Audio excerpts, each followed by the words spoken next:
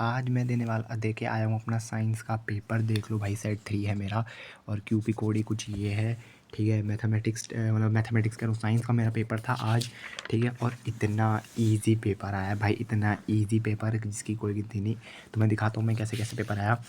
सबसे पहले ये कुछ क्वेश्चन आया था, देखो क्या पूछा गया, carbohydrate which is not use एडिमेटेड प्लांट्स आस्ट्रोनिक फॉर्म ऑफ, क्या क्वेश्चन है, ख़त्म क्वेश्चन है। ठीक है, उसके बाद स्पायरोपोडिया क्या करता है, कैसे करता है, देखो बिल्कुल ख़त्म क्वेश्चन है।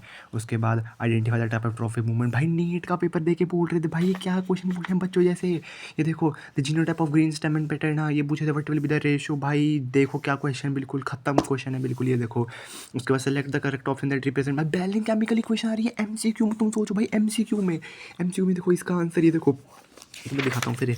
उसके बाद ये देखो क्या क्वेश्चन पूछा है, which of the following limits the number of trophic level in a food chain, भाई क्या क्वेश्चन है। उसके लिए देखो ये क्या क्वेश्चन है। उसके बाद अगर तुम्हें एक बताऊँ तो ये क्वेश्चन मुझे थोड़ा सा टफ लगा, एसेशन वाला मेरे को थोड़ी सी दिक्कत हुई थी करने में। उसके बाद बाकी तो मेरा हो गया था। उसके बाद ये देखो ये कैसे क्वेश्चन आ रहे, नी draw a neat diagram of human respiratory system, भाई डायग्राम पूछना बंद कर दी सीबीएसई ने, भाई ये कैसा पेपर था भाई, मतलब तुम देखो। उसके बाद फॉर एग्जाम्पल तुम्हें एक क्वेश्चन पढ़ना, तुम्हें एक क्वेश्चन बताता हूँ मैं, ठीक है, इसको पढ़ना ढंग से।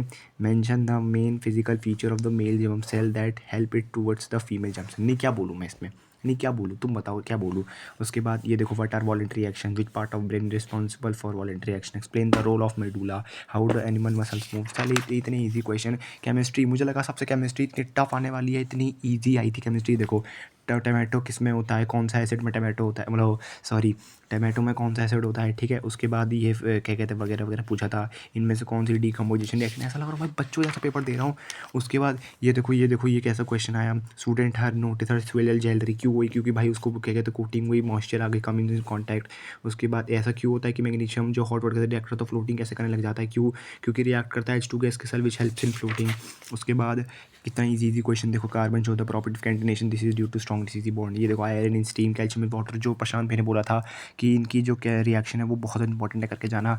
उसके बाद अटोमिक डॉट स्ट्रक्चर, मतलब वो आयोनिक बॉन्ड के ऊपर क्वेश्चन आए थे, इतना ईजी पेपर। उसके बाद ये देखो क्लोरल क्लैप प्रोसेस, इतना इंपॉर्टेंट है भाई, लिटरली बोल रहा हूँ भाई, लेके जाना है भाई तुम्हें, मतलब अगर साइंस के लिए फोड़ना चाहते हो तो प्रशांत भैया की क्लास देके जाना, बिल्कुल ही इज़ अ गोट।